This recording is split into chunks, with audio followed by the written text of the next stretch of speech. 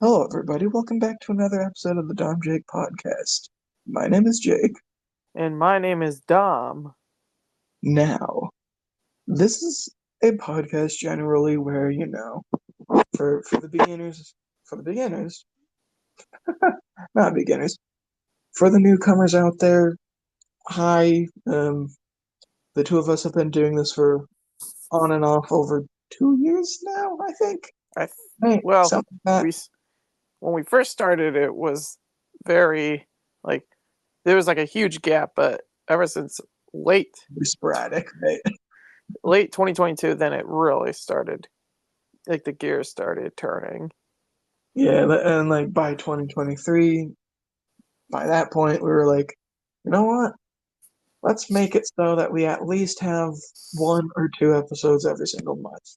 Of course, sometimes events might happen where we can't keep those schedules, but um, regardless, we have both been doing this for quite a while now, over 40 episodes. We have a playlist. You can go back and watch every single one. But But you'll if this probably is your see. first, if Yep. this is your first one, though, don't be ashamed because you don't need to listen to the other ones to get this one. hmm You were gonna say? You'll probably see the card for the playlist at the beginning of this video. Right on, right on. But no, this generally to kind of give a very quick, brief synopsis. We sometimes have themes, we sometimes have guests.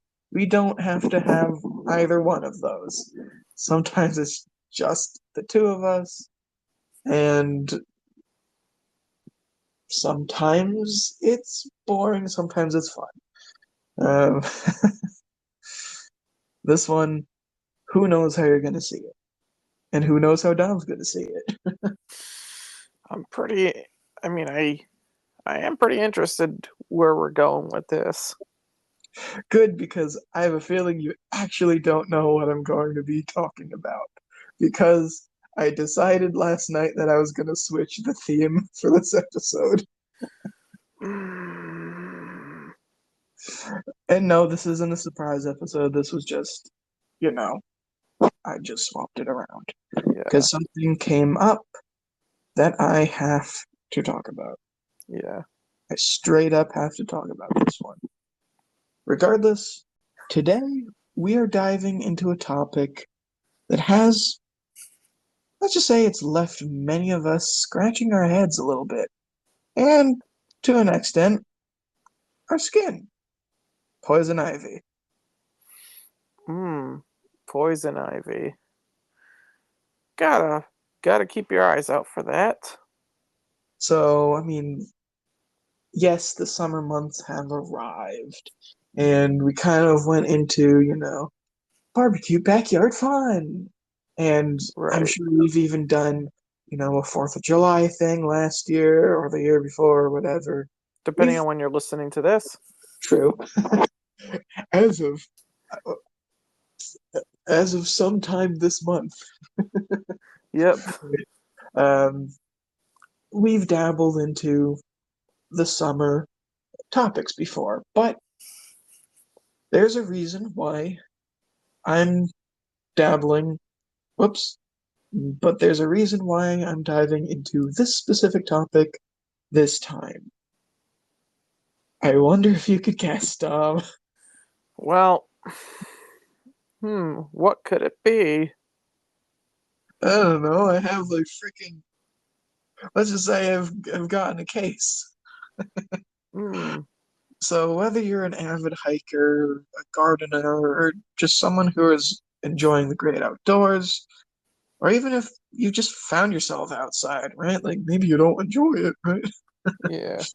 Knowing about poison ivy can save you a lot of discomfort. And let's just say I wish I did all this research before last week.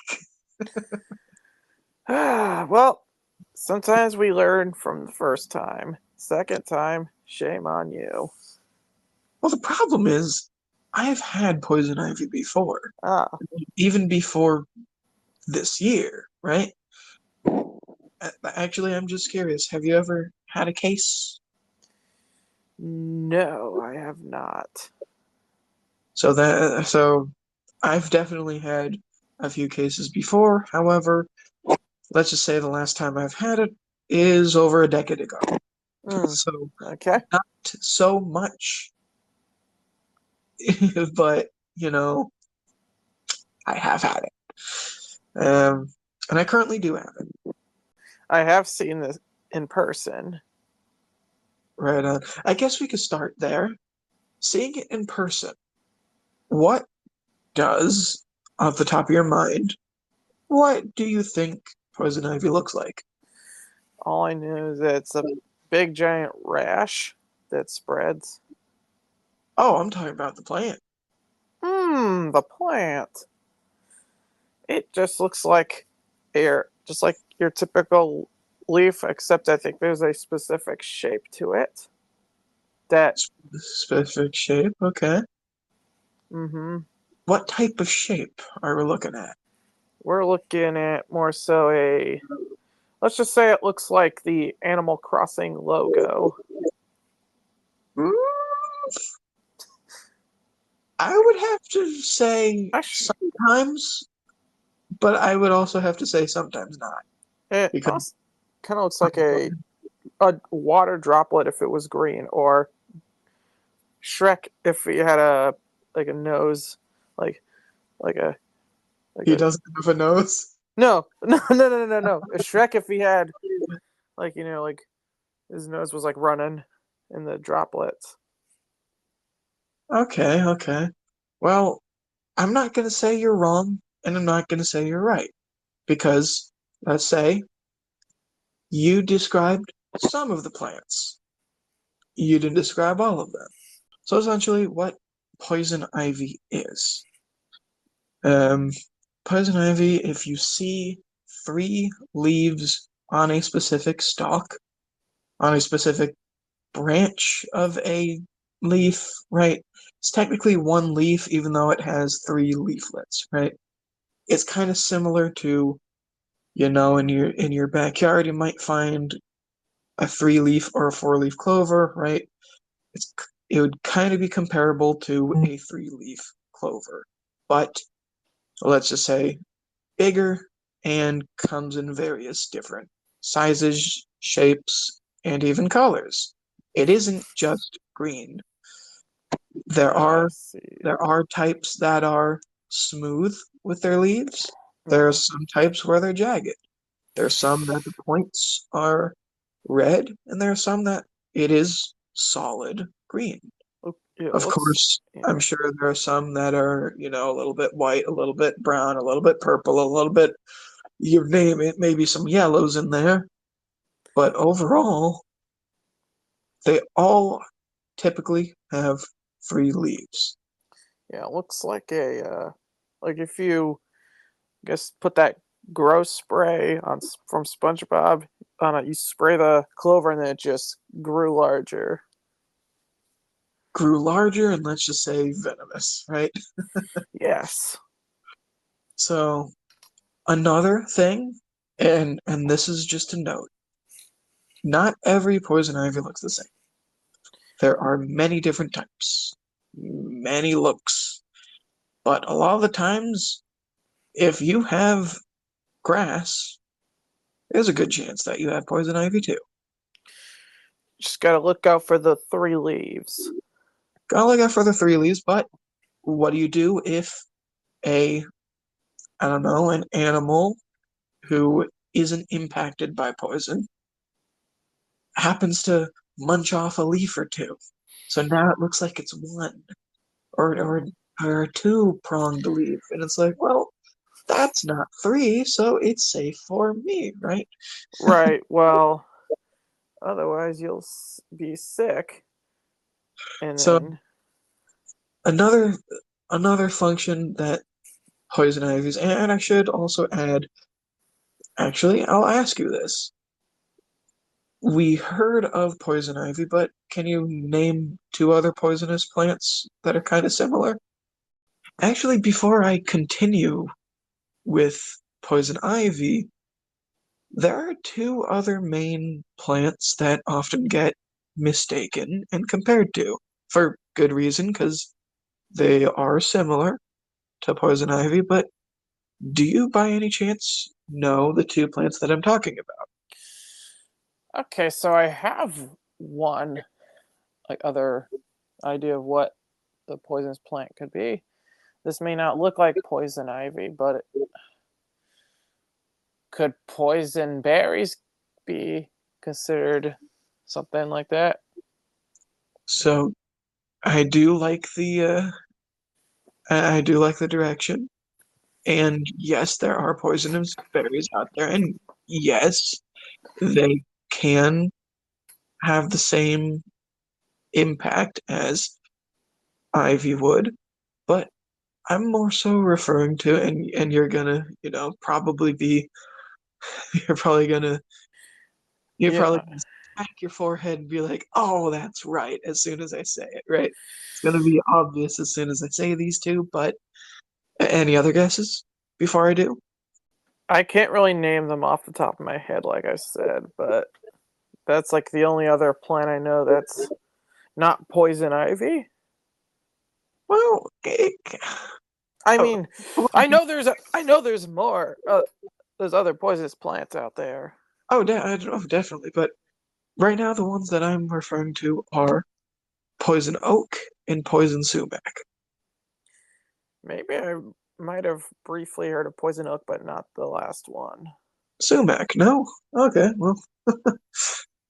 well, let's just So, say the reason why I didn't initially say oak and sumac are just because, let's just face it, they're pretty much the same thing, but called different. Yes, botanists out there are going to yell at me, and I welcome it, but essentially, they all produce the same oils. They all produce the same, let's just say, issues to the skin that I currently am having.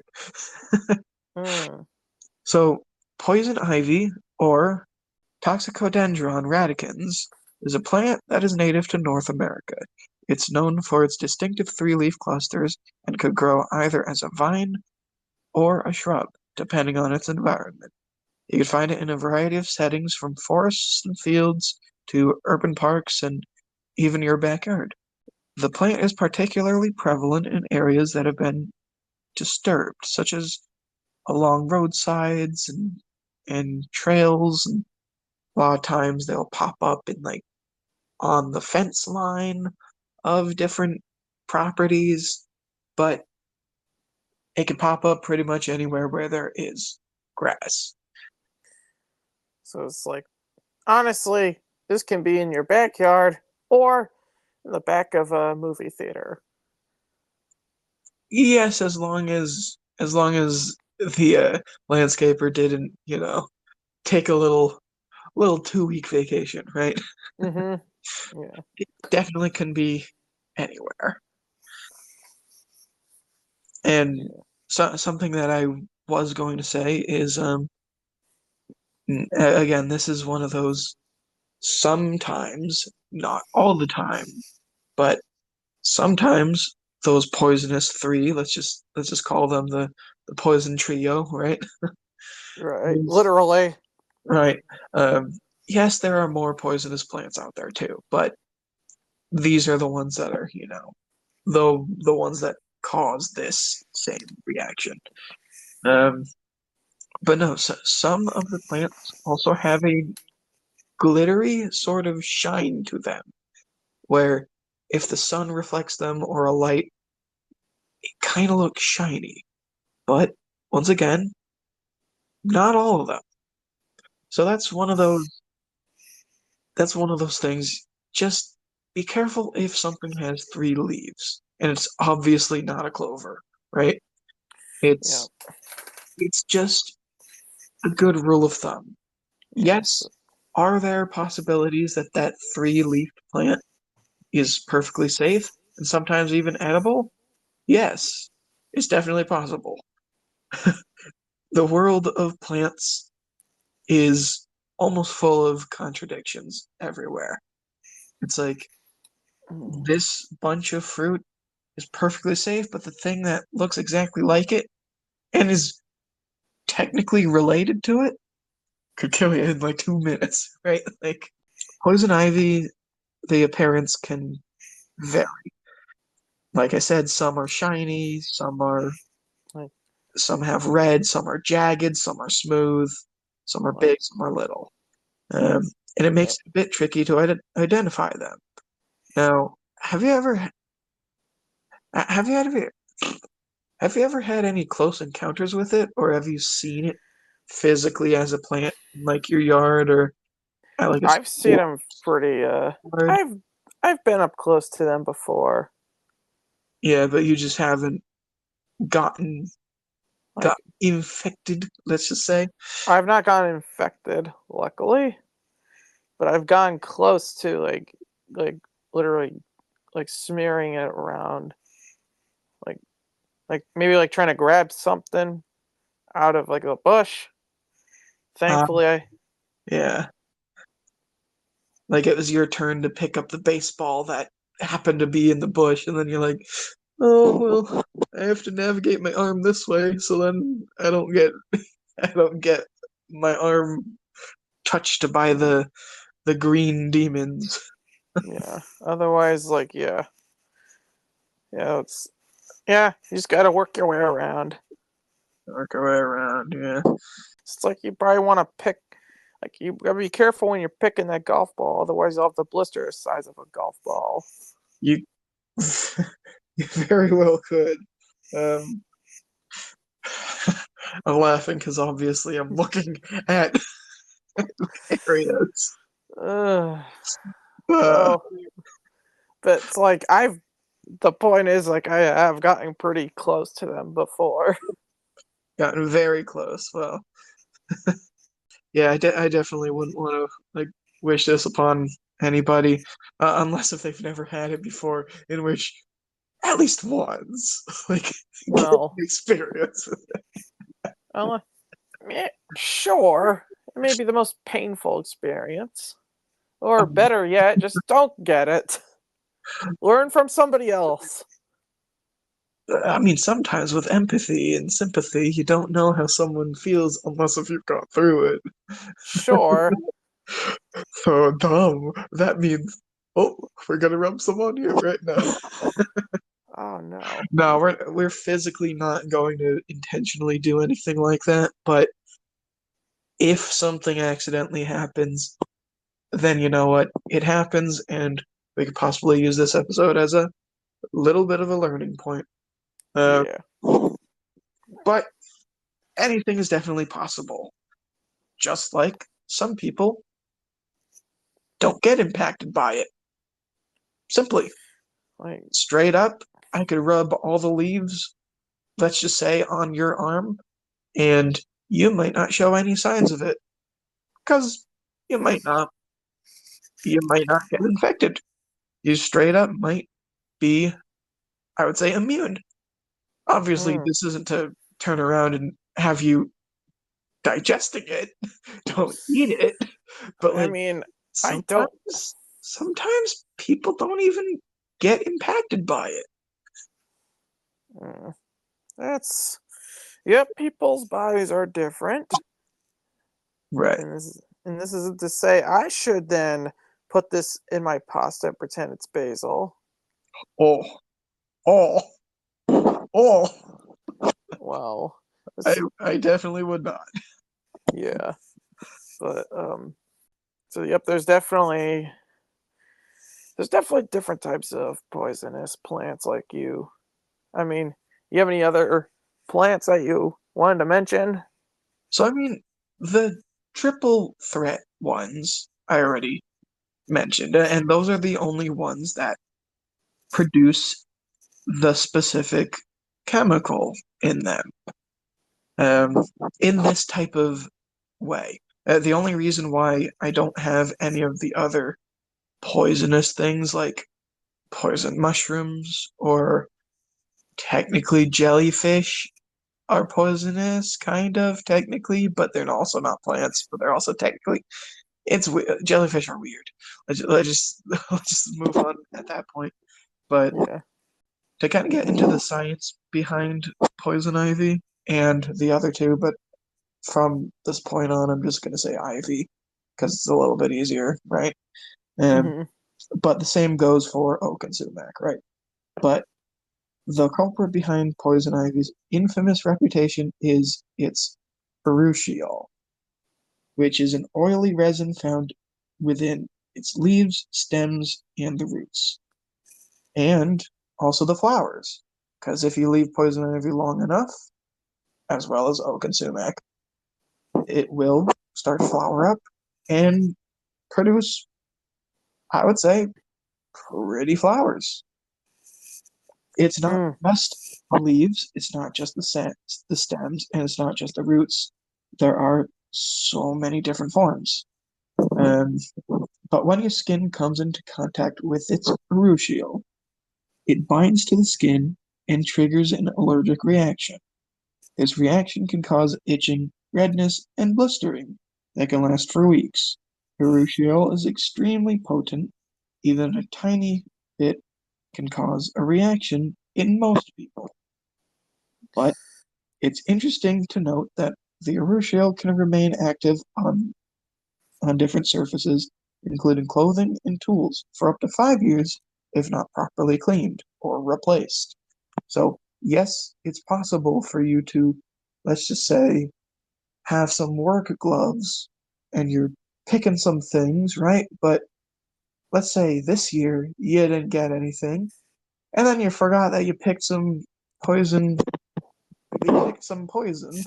You picked your poison, right? With the Yeah. gloves, and next year you put them on and you touch them, and maybe this time you didn't touch any poison ivy.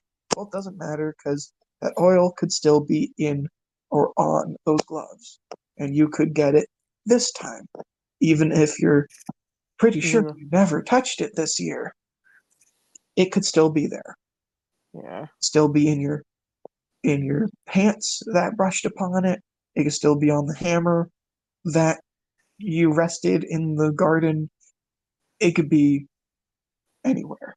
It's like flower. Just a pretty flower that could literally make your skin just itch. Oh, like straight up, it grows into a flower if you leave it long enough. Mm. So if Barry B. Benson looks for honey, he may accidentally get the like that poison.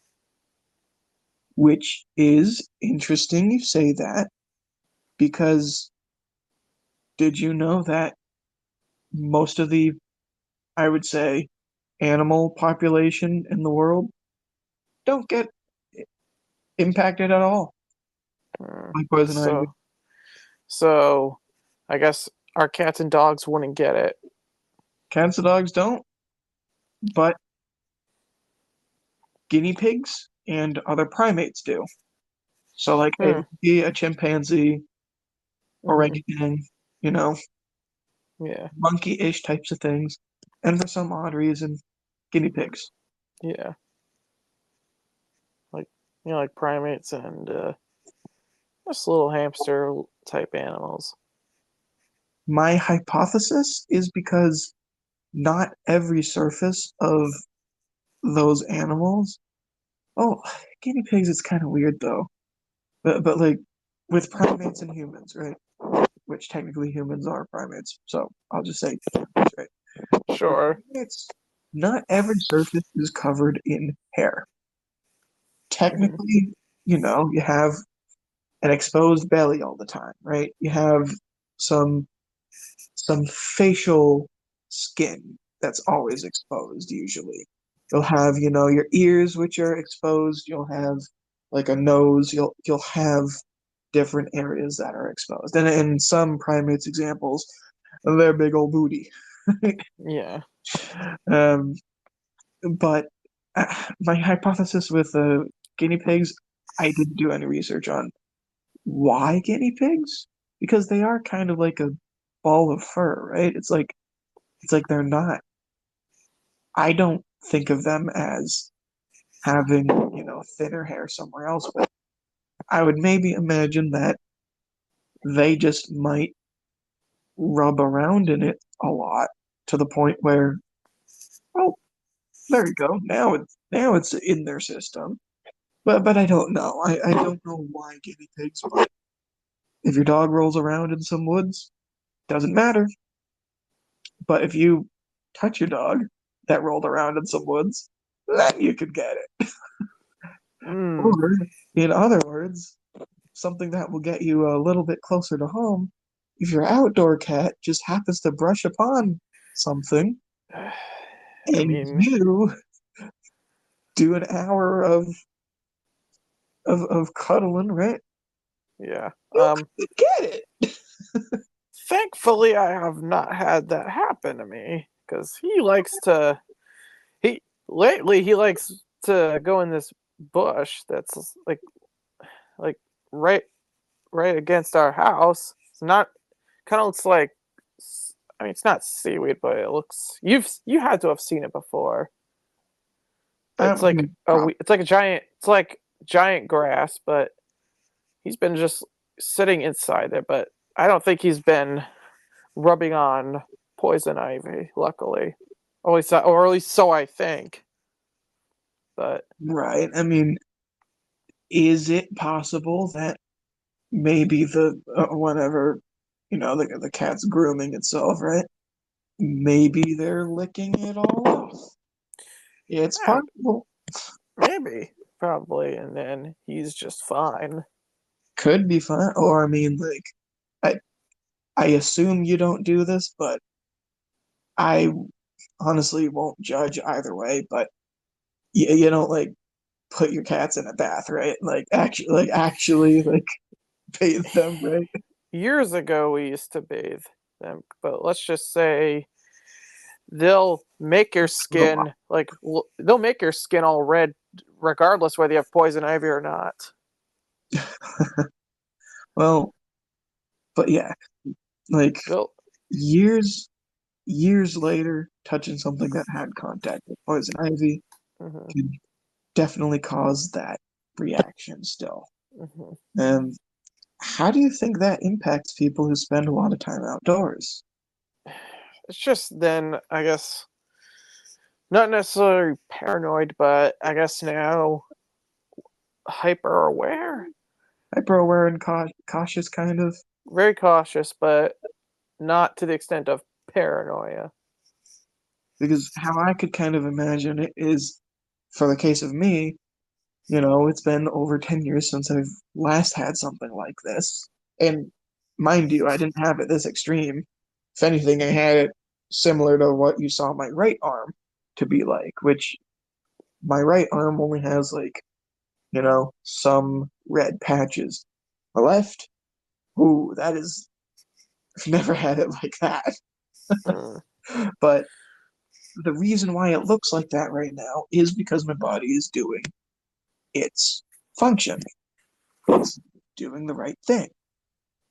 But to kind of go into how poison ivy grows, yeah, poison ivy is a hardy plant that thrives in a variety of environments. It can grow in the shade or in the full yeah, sunlight, making it very, very adaptable.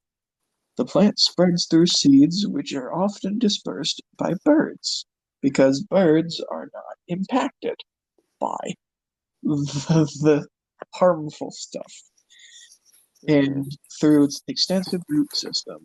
In fact, even a small piece of the root can give rise to a new plant, making it quite resilient and difficult to eradicate. This yeah, adaptability helps poison ivy thrive in many different habitats, from coastal regions to mountainous areas to hotter places.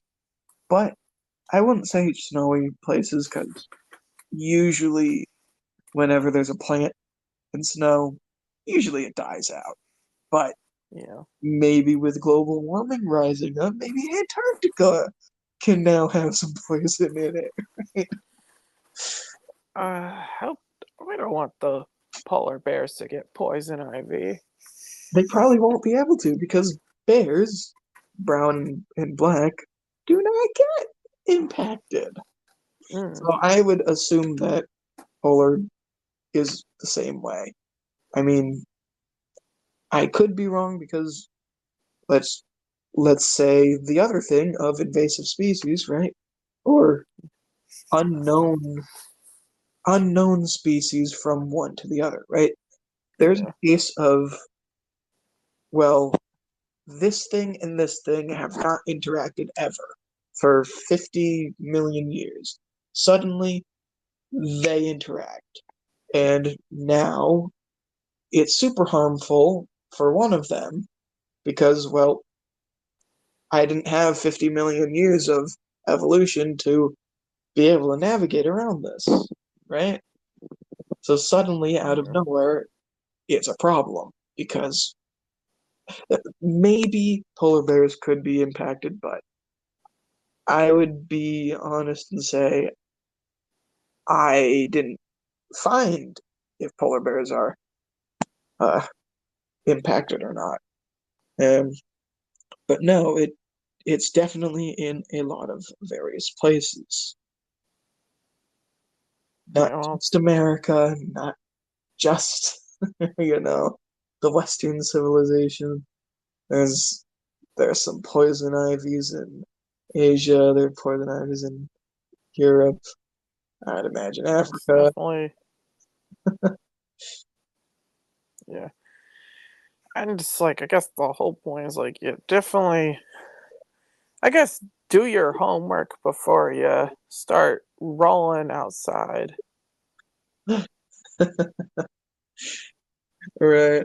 Um, so, given how widespread and resilient poison ivy is, what strategies do you think people should use to manage in their yards or in public spaces? Hmm. I guess really start like, well, you kind of got this from like weed whacking, right? Yeah, I was gonna maybe say definitely weed whack your yard, but then it's like maybe put on some protective like clothing before you start whacking those weeds. and mind you, I was in shorts and a short sleeve shirt. Mm. So Maybe put longer pants or longer sleeves as a I wouldn't start. I wouldn't go as far as putting a hazmat suit on, but definitely wear like longer clothing. Like even if it's warmer, just put it on. Like Like kind of take this as words of wisdom. If you're gonna do anything, unless if you're absolutely certain there is no poison ivy in said area, honestly, even if you're absolutely certain, because really that could change any moment. You're not gonna always be absolutely certain because it could just pop up. it's And the one it's time like it's you're not certain is the one time that it's there. Right? it's like you're I don't know, better safe than sorry. And I would say maybe put on some goggles, like eye protection, just in case, you know. Because okay, protect your eyes even if there's no poison ivy. Because wood chips just going into your eye, that's not fun. In fact, it's the opposite of fun.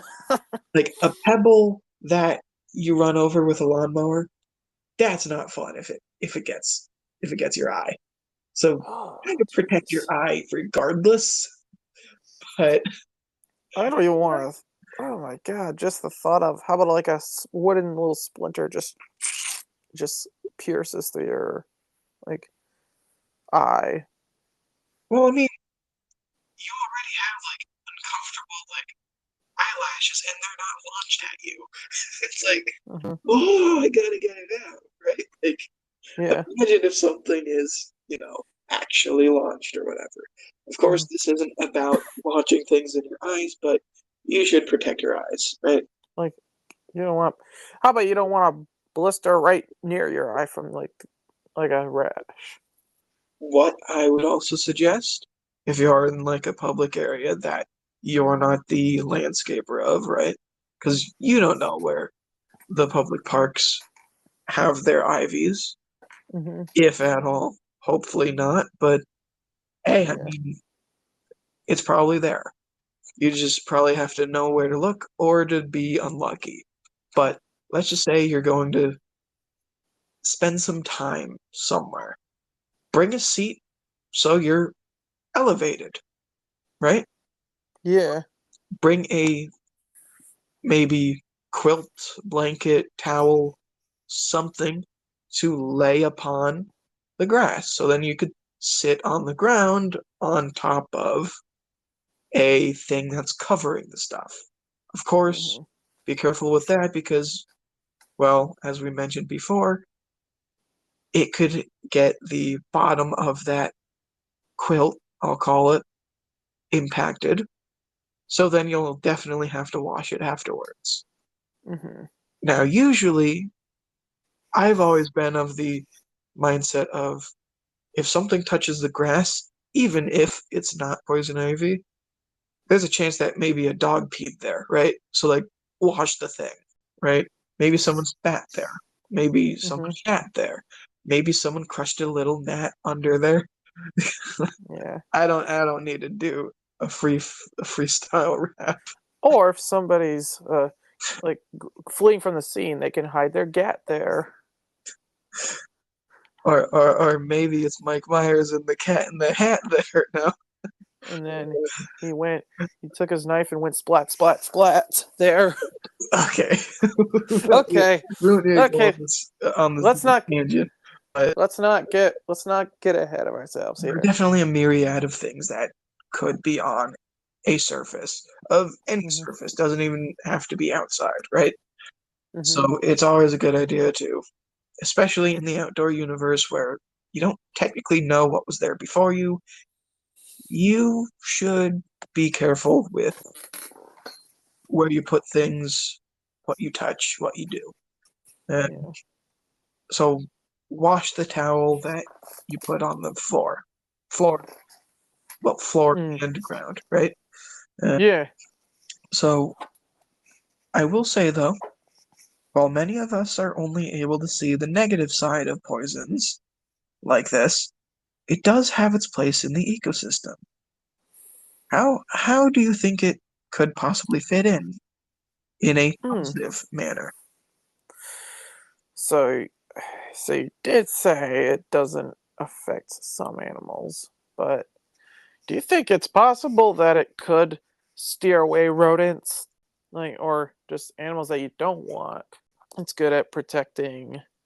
It could definitely repel certain animals away. In most in most animals out there, that really wouldn't be true though. It repels primates and apparently guinea pigs.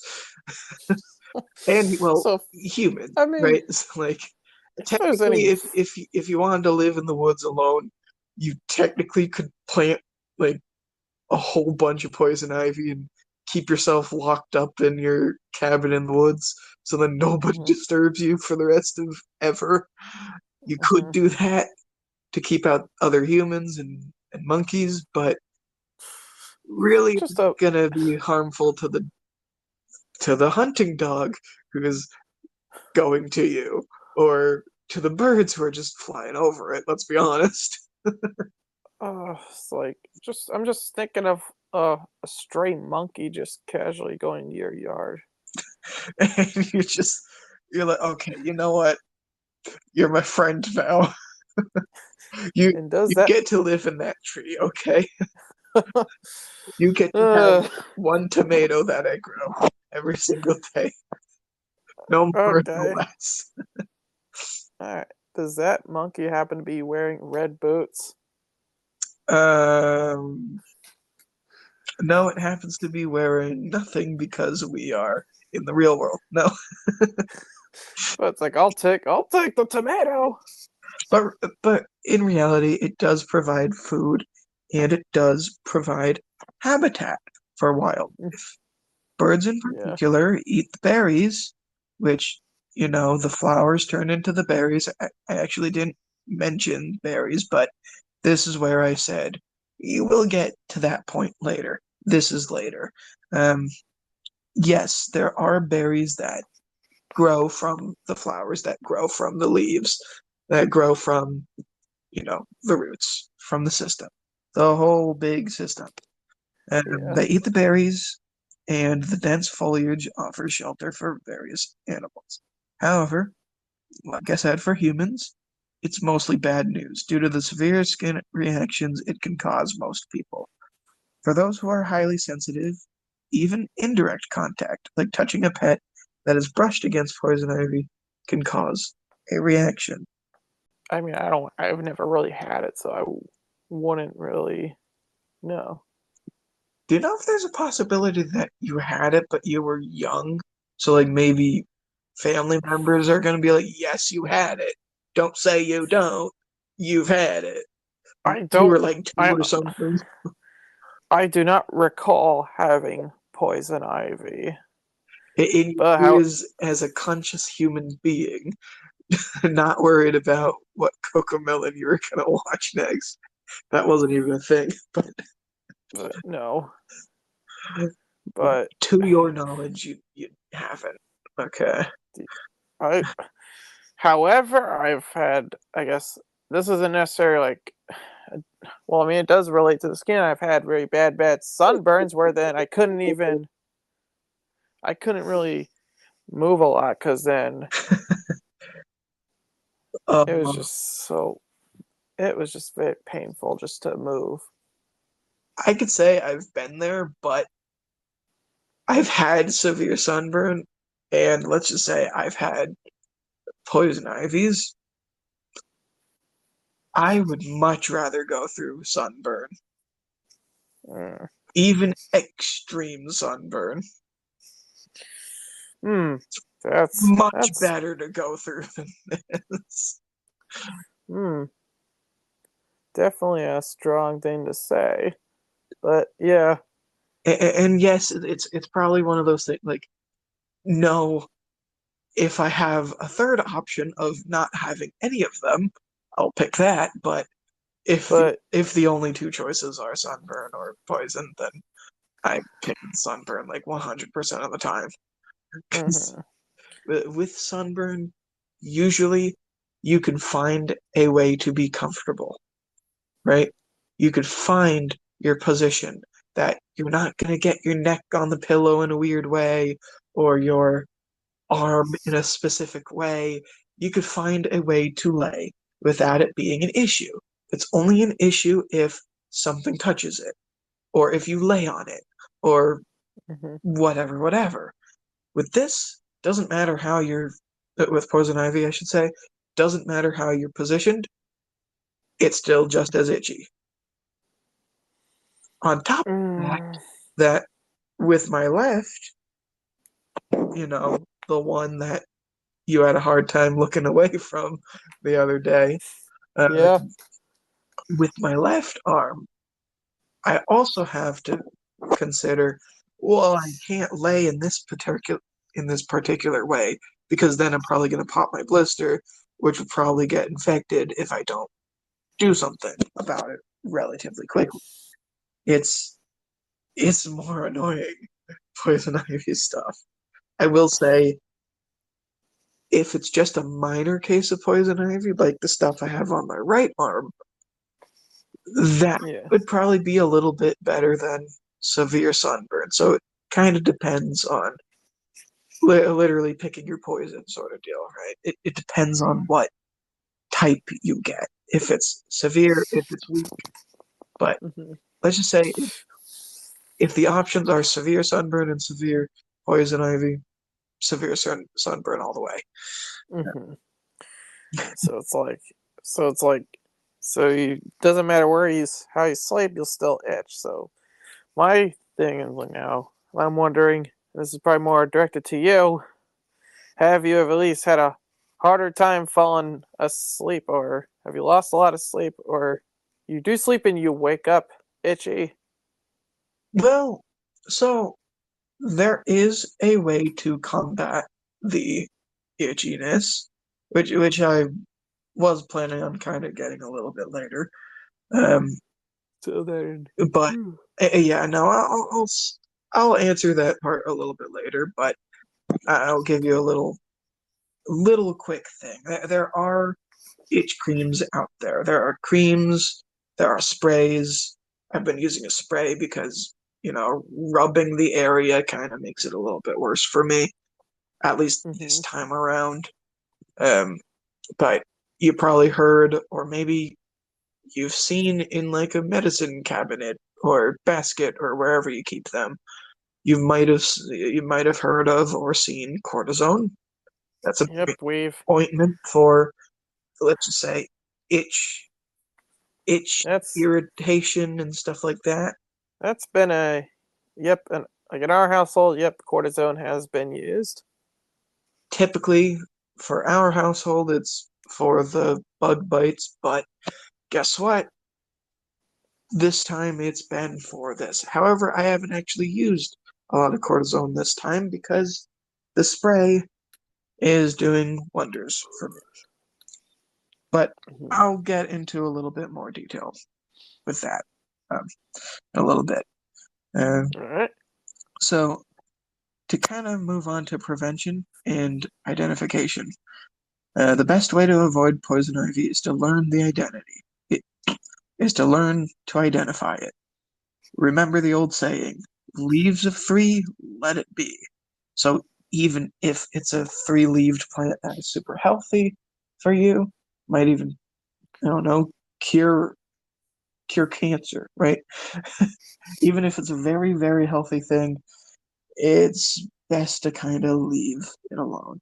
Of course, there is no miracle cures everything that happens to also have three leaves, but in general, just let it be if it has three. And the leaves can vary in appearance, but typically have a pointed tip and can be shiny or dull. The edges of the leaves can be smooth or toothed. In the fall, in the fall, the leaves can often turn red or orange, making them more noticeable. Wearing long sleeves, pants, and gloves when you're in areas where poison ivy grows can help protect you from contact. It's also wise to stay on clear, well-maintained paths and avoid venturing into the dense underbrush where poison ivy might be present, at least when you can. Of course, Hmm. sometimes you might have to go into a woods to, I don't know, get the $100 that you just dropped in the wind, right? Yeah. It's like, well, poison ivy possibility or $100. Nah, I'm getting poison ivy, right? If it Yeah. means $100 that I need, right? Yeah. If it was $5 or less, I'd be like, you know what, poison ivy, you can have a Big Mac, right? There we go. There you go. But um, there are definitely a myriad of things that you could do to identify it. Just Hmm. know the location that you're going, and if you don't know, then maybe stay clear. But this isn't to say live in fear. Stay clear, don't live in fear. Like, if you want to do hiking, still do hiking. Just maybe be clear of three three-leaved plants. Yeah. Just be clear. But also don't be in fear. Don't be in fear, right? We're Like not doing another freestyle rap. no, like enjoy. No, I was gonna say just enjoy the hike. Yeah, enjoy the hike. Obviously, have a minor focus on that leaf is three, that one is not. That one Yeah. is, but that one's not. Um, Hmm. be careful, but don't be afraid of nature. Um, it can do some harmful things, yes, but it might not. Regardless of whether you are can get it severely or you don't get it all, it's not worth the risk. Yeah. Now, Um, do you think people generally recognize poison ivy when they see it, or do you think there's a lot of confusion out there? I mean, I'm sure they've at least heard of it, but they've never actually identified it. I'm Like, sure they hear somebody be like, "Oh, I had poison ivy," but they don't know what it looks like. do you think if you were to, maybe not in your yard, but if you were to come over here, right, where you're not too familiar with the yard, I know you looked a little bit in different areas, but like, you didn't do a full landscaping, right? Like, Yeah. do you think if I gave you 10 minutes to just kind of walk around the yard, of course, keeping in mind to ignore the barking dog, right? If Mhm. I gave you the opportunity to try to find some, you think you would be able to? I should be able to identify it. Or would you point out a three-leaved thing that isn't poison ivy? I might see. Of course, I'm gonna then assume that it is, even though it could just be something that's could literally just be a edible leaf. It literally could be, I don't know, spinach, right? It could literally Wild just be spinach. like a salad mix on your tree, but it, I don't know. I mean, I think from this point on, I might be able to identify it. But do you think, and this is going back to the past, but do you think 3 hours ago, if I were to have asked you that then, do you think then you would be like as confident? I want to be as confident, but I'd tell you like I know what the leaf looks like, but just not the whole three, I guess, trio of leaves. Because I think you learned today that even even the flowers could be a thing. Hmm. Yeah, I mean, you mentioned the berries before, but you didn't know the flowers, and I'm going to assume you didn't assume that the stems or the seeds or the roots would even be a part of it. I was like, I honestly Yes, wouldn't really know much.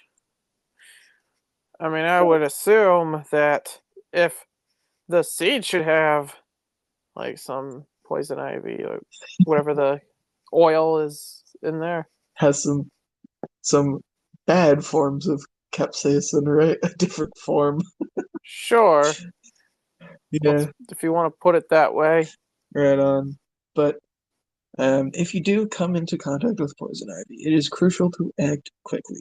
Wash the affected area with soap and water. Honestly, a lot of people recommend like Dawn dish soap, right?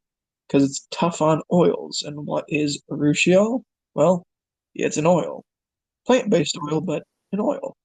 Um, as soon as possible to remove that oil.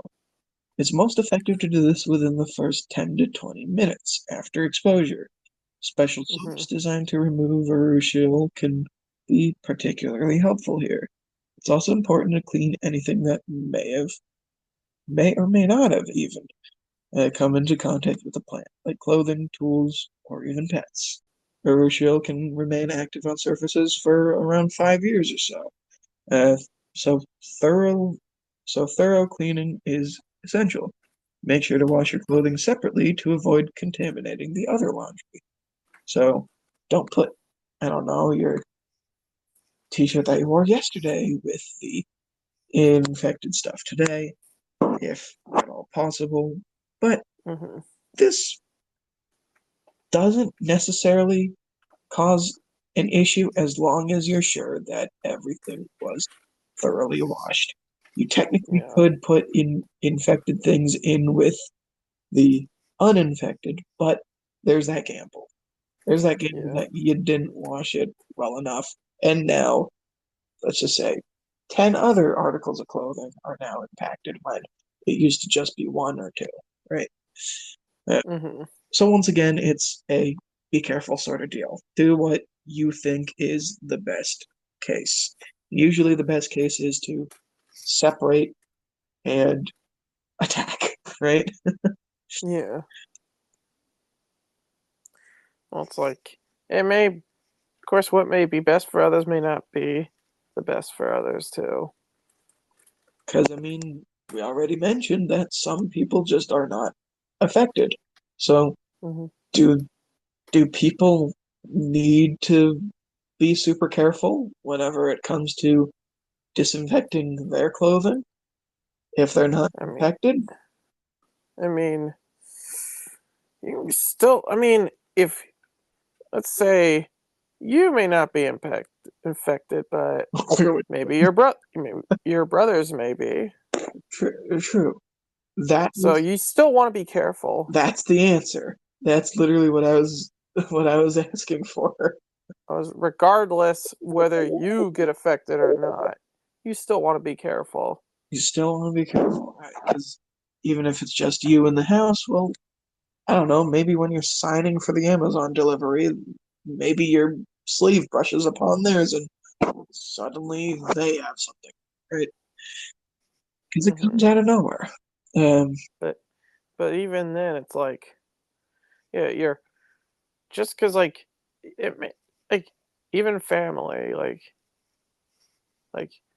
maybe your parents may be affected by it, but you may not, or the vice versa. right. Yeah. Speaking of family, though, have you ever had to deal with any cleaning up after a run-in with poison ivy? Have you had to, like, help out with someone else? Well, honestly, it doesn't matter if it's friends or family, but have you assisted with somebody's case? Or has it happened around you? Maybe you didn't help out, but you're like, oh, well, mom's helping out. I don't know, my cousin with their case. You ever experienced I that? I mean, I knew some people that have had it, but like a long time ago, but that was like kind of their business. You were just kind of still in the, oh no, you were still in the playroom when when the other people infected were getting getting something dealt with in the, I don't know, the bathroom or something. Mm, mm. You're just like, you're itchy. Guess what? I'm playing Mario. Who Uh, cares about you, cousin? I'm gonna get to the flag first. right, and then hopefully that flag doesn't have poison ivy. The literal fire flower, right? Hmm. Yeah, right. But despite your best efforts, you might still end up with a rash. Hmm. Over-the-counter treatments like calamine lotion, like I said, cortisone is one of them, and then my spray, right? My calamine spray. You can get some hydrocortisone cream and antihistamines that can help alleviate your symptoms. For severe reactions, it's best to consult a healthcare professional, which I actually ended up having to do, I want to say 4 days ago now, because today's my third day of taking the medication and I had to start it in the morning. So, yeah, that was 4 days ago at the time of recording this. Um, but yeah, for instance, I recently had that severe outbreak. Um, it wasn't that severe the day that we, let's just say, met in person and did a different project. Wink, wink, you know what I mean. Hmm. Yeah. But the viewers do not, and unfortunately, you will not, at least for a little bit of time. But you didn't see it was this bad. But about a week after that point, we met up in person again. But this time, you saw a different story on my arm Hmm. Yeah. because it truly was just one little tiny patch on my left the day that we did something in person the first time. But Yeah. that second time, oh boy, it grew. So for that reason, I went to an urgent healthcare, right? An urgent care. And Yeah. because, I wasn't able to really schedule something with my real doctor.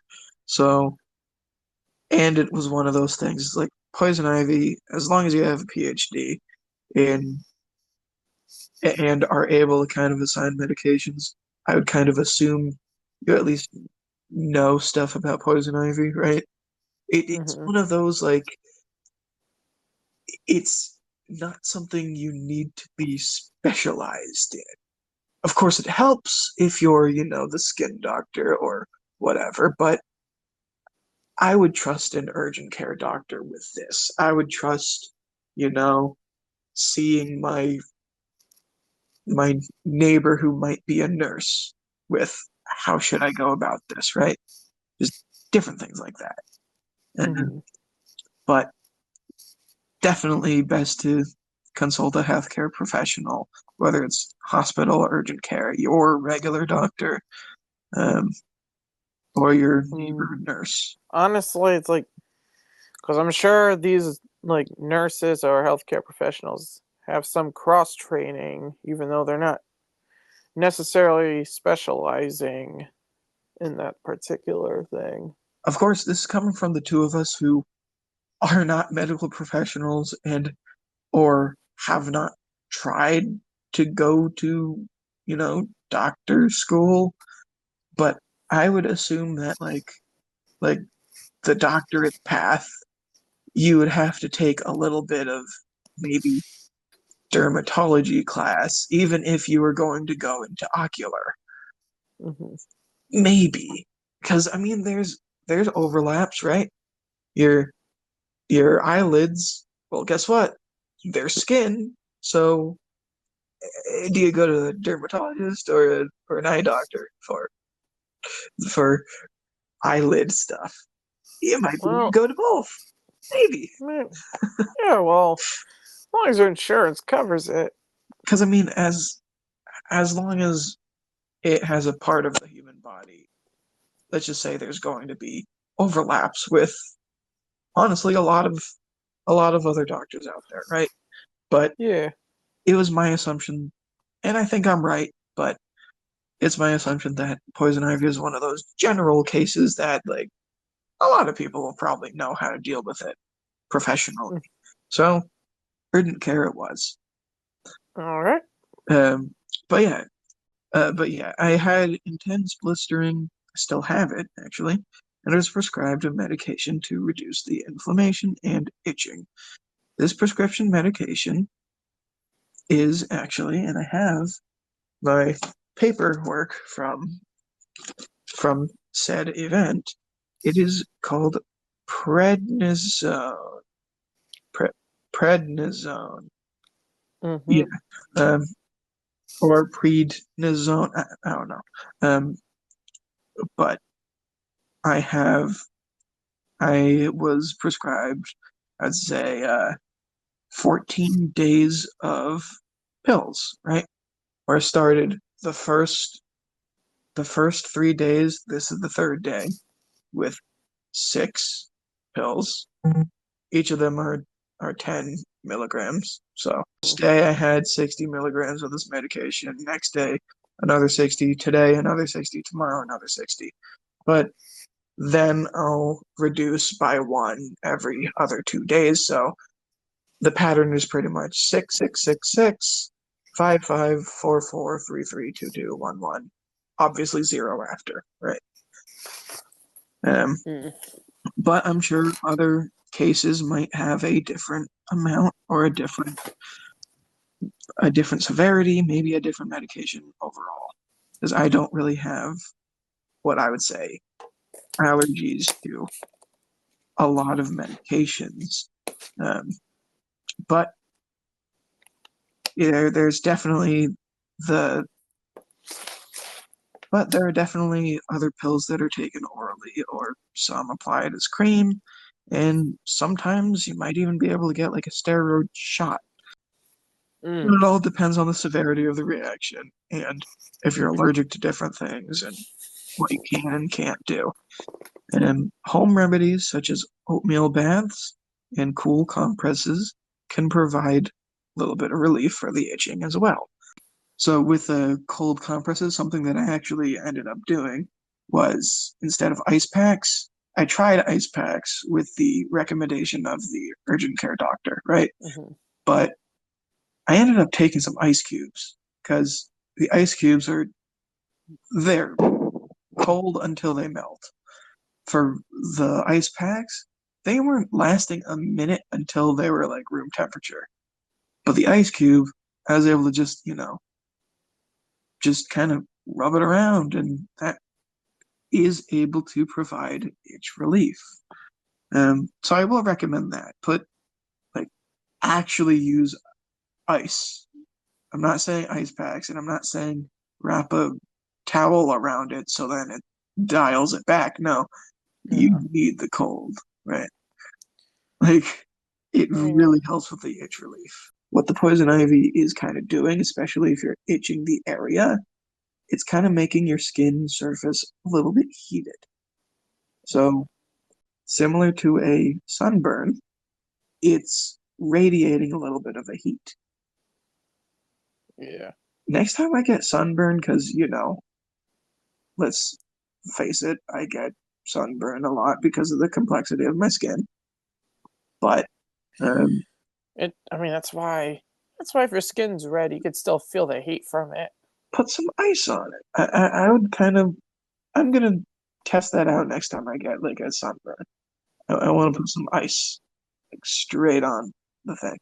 Maybe it will be better, maybe it will be worse. And hey, if we end up talking about sunburn in an episode because one of us actually has it, well, there you go. There we go. We'll say if we tried ice on it. But Yeah. um, but yeah. Uh, Remember, scratching the rash will not spread it though, but it can cause secondary infections. So it's important to keep the affected area clean and try to minimize scratching. That is hard. I It's hard, bet. especially because it's always there.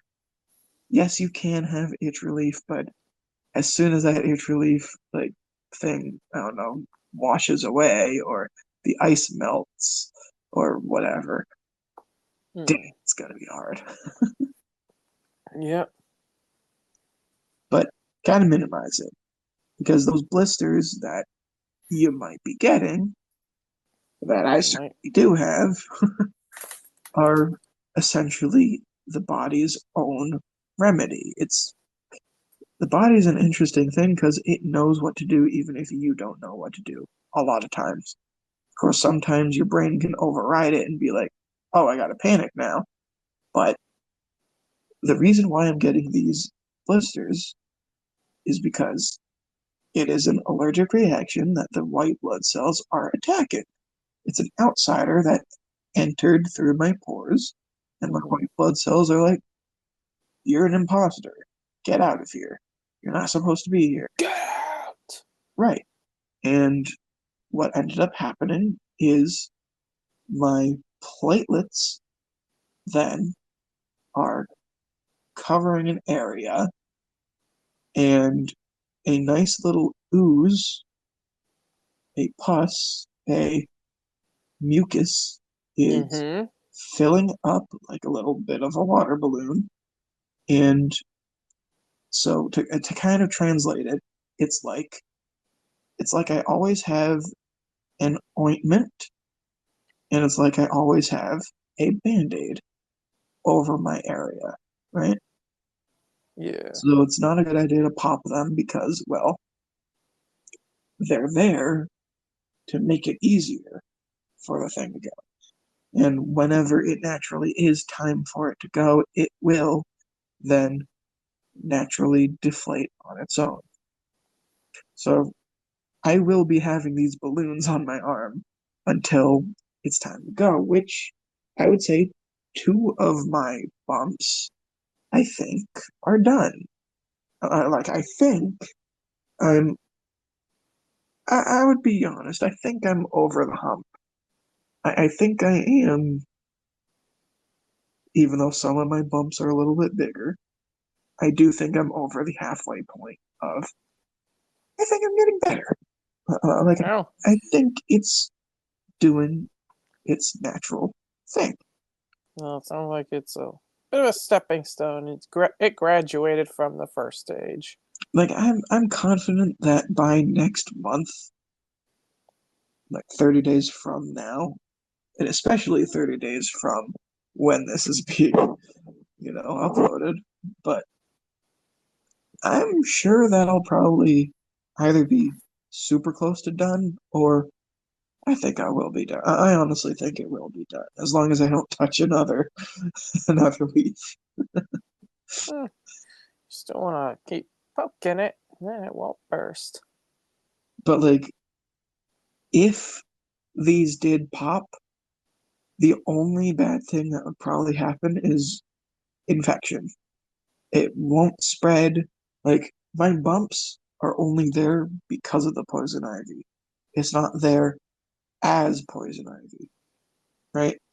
It's it's just, natural ointment and natural band-aid. Sure. We just call it that. But of course, my body knows how to deal with my body, so I wouldn't say, "Oh, if you have poison ivy, I'll pop my balloons so then I can rub it on you." I don't think that will work. But I would ideally say no. you know what? Maybe there hasn't been any experimentation done with that. So you know what? We'll put a pin in that and maybe get there in the future. There you go. But some people do often wonder, to kind of segue on, if seawater or pool water can help with poison ivy. What would you assume? Maybe I guess it would disinfect it. Interesting. Because like chlorine, like chlorine's a chemical. Salt water, I mean, yes, it's probably natural, but it should still at least improve, like, on the healing process. So I would yeah, it kind of sounded like you were petering out at the end there. So I apologize if I did interrupt you there if you had more to say, but I just think it's like, well, okay. I mean, that's happened with like common like skin problems. generally, swimming in seawater might provide some relief due to the salt, which can help dry out the blisters. Pool water, with its chlorine content, can also have a similar drying effect. Now, But then however, it's important to avoid swimming if the blisters are open, as they could lead to the infection or further irritation. So you it's gotta clean probably the one of pool. those things. Don't overdo it, but technically you could go in for a dip, but like, don't swim around coral reefs or sea glass or something, right? Like, It would be much safer, or much more safe, being in a like in like an ocean, because then if you're in someone's personal pool, then you might get them infected. well, I mean, as long as you're not poking it and cutting it open, right? This is assuming that they will, for the whole day, stay as they're supposed to be, fully intact blisters, right? Um, as long as they're not popped, you could do both of them, and I would, I would wonder which one would be the better one, but honestly, I couldn't really, I couldn't really say because I am not going into a pool and I'm not going into the ocean just because I, let's be honest, I am a little bit afraid of if a shell was to rub up on me, what's going to happen, sort of deal, right? Because it's Yeah. not just my arms, it's also like I do have some stuff on my legs. Even though the big part is, my left, but whatever. Yeah. Poison ivy, it's definitely something you cannot take lightly.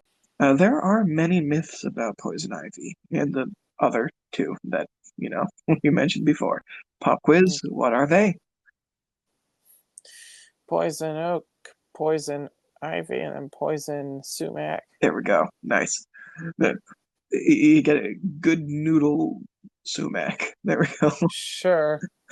Uh, don't eat it. One common Ah, misconception is that you could spread the rash by scratching it. The truth is, once the urushiol is washed off the skin, the rash cannot spread. Another myth is that the poison ivy isn't a problem in the winter, but the plant's bare stems can still contain urushiol. Additionally, burning poison ivy is extremely dangerous as it releases urushiol into the air, causing severe respiratory issues as well. Dead mm, poison ivy plants can still pose a risk, as the urushiol remains active even after the plant has died. So if anything, you'd kind of have to treat the area that the poison ivy is in, even yeah. if it's dead, right? Do it for 5 years, because then you could be sure that that specific area is not there. Like you can, I've seen online people boil water and pour it on directly on a poison ivy plant, which it does kill them, it dries them out, but of course you kind of have to like really deal with it, right? You can't Hmm. you can't just rely on boiling water, and a lot of times you can't just rely on like the poison like herbicides, right? Um, but I mean, everything does help. Not saying it doesn't help to pour boiling water on it or herbicides or whatever else you want to think of. But let's just say, in most cases, if it's there, it's going to be there. How you deal with it, how you avoid it, kind of up to you. Yeah. Of course, proceed with caution. It's always proceed with caution, right? Like, if you were invited to a pool party, maybe don't play the chicken game where, someone's on top of your shoulders or you're on top of them, but like, I don't know, you could hang out in the you could hang out in the shallow end or something, like, with a drink in your hand or something. Just don't be too active with it. Or you could still go out on the boat, you could still do whatever, but just be careful with it. Use common sense, right? Yep, definitely. Now, these myths can be very misleading. Um, so, what have we learned today, Dom? Arusha is like the oil in the like the poison ivy. There's also 3 different types of those poisonous plants. Um, like we all know poison ivy, poison oak, poison sumac. Right. This isn't to say that there aren't other poisonous things out there, but the ones that produce the specific oil, which is known as, you already said it, but which is known as urushiol, right? Yeah. Arusha, Uh, Arusha. those are the three that mainly do. There might be others Yeah. that produce it too, but uh, they might just not be as common. Mm-hmm. So yep, there can be varying degrees of this poison ivy. One where it could just be a little few bumps. Few bumps. Mm-hmm. Yep, but then it can just turn to big blisters. Big blisters. Sometimes it's just like a red patch of skin where it's not bumpy, it's not blistery, but it looks like your skin is peeling off. Like it could look like sunburn. Yeah, but yep, and then I guess guinea pigs get affected by it. Guinea pigs as well as, Monkeys, right? Of but course, humans, right? pets, pets don't really get affected by it unless you maybe cuddle with your pet for hours. They typically do not, right? I'm saying a lot of these facts, and you know, only 2 hours of listening to them might not have hammered it into your head. But if there is something you should be aware of, is one, Be careful around leaves of 3. Yeah, Now, but poison ivy, sumac, and oak are all formidable plants. But with the right knowledge and the right preparation, you can avoid its itchy wrath. Remember, stay vigilant when you're outdoors and take precautions to protect yourselves and others. Thanks for tuning in to another episode of our podcast. If you have found this episode helpful, please consider Urushiel scribing. No, that doesn't work. Please consider subscribing, leaving us a like, a comment, sharing this with other people. However, don't spread the Urushiel to other people, right? Join us next time, whatever that will end up being. Stay safe, stay curious. Thank you for tuning.